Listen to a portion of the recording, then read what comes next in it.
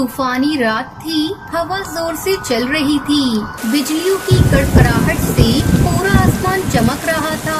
बादल इतनी जोर से गरज रहे थे कि उसकी आवाज सुनकर अचानक एक बिजली हवेली पर गिर गई और उस हवेली में रहने वाले सारे भूतिया चिड़िया की आत्मा जाग गए।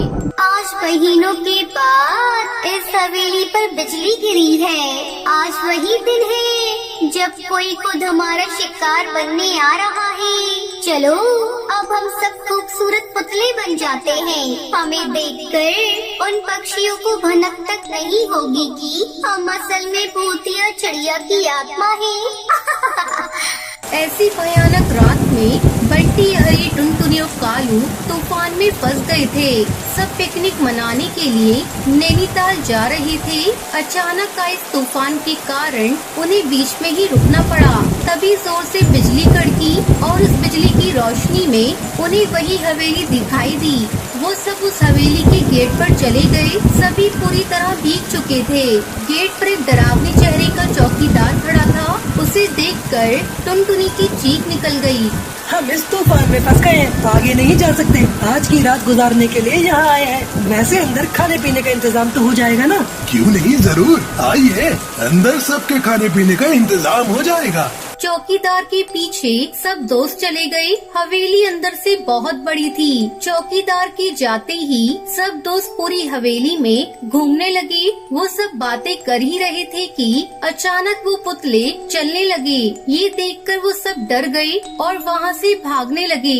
लेकिन दरवाजा बाहर से बंद था। उन्होंने चौकीदार को पुकारा। चौकीदार, दरवाजा खोलो जल्दी। आओ चौकीदार, कहाँ मर गए हो? मैं तो कब का मर चुका हूँ, अब तो ये दरवाजा नहीं खुलेगा। हा, हा, हा, हा।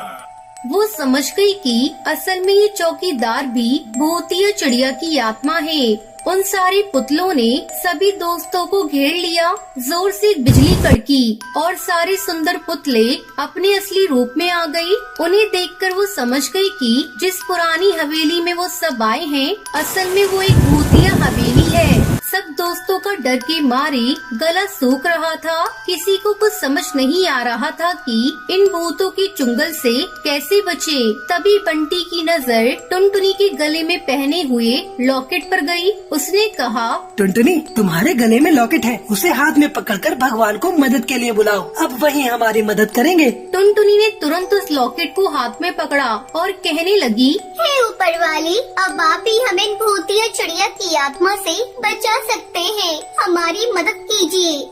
जिसे चाहो बुलाओ, कोई नहीं आएगा तुम्हारी मदद करने। आज तुम्हें हमारा शिकार बनने से कोई नहीं रोक सकता। चलो, बातों में समय गंवाने से अच्छा है कि हम इन्हें खाना शुरू कर दें। तभी एक रोशनी प्रकट हुई। उसमें से आवाज आई, रुको टुनटुनी, मैं तुम्हारी पुकार सुनकर आया हूँ। बेटा, अब तुम्हें डरने की कोई जरूरत नहीं है। इन भूतिया चिड़िया की आत्मा को अब मुझसे कोई नहीं बचा सकता। आज के बाद ये हवेली इन भूतिया चिड़िया की आत्मा से मुक्त हो जाएगी। फिर उस रोशनी ने अपनी शक्ति से उन भूतिया चिड़िया की आत्माओं पर वार किया। सब भूतिया पक्षियों में आग लग गई। बचाओ कोई हमें, हम सब जल रहे हैं। ये तुम सबने ठीक नहीं किया।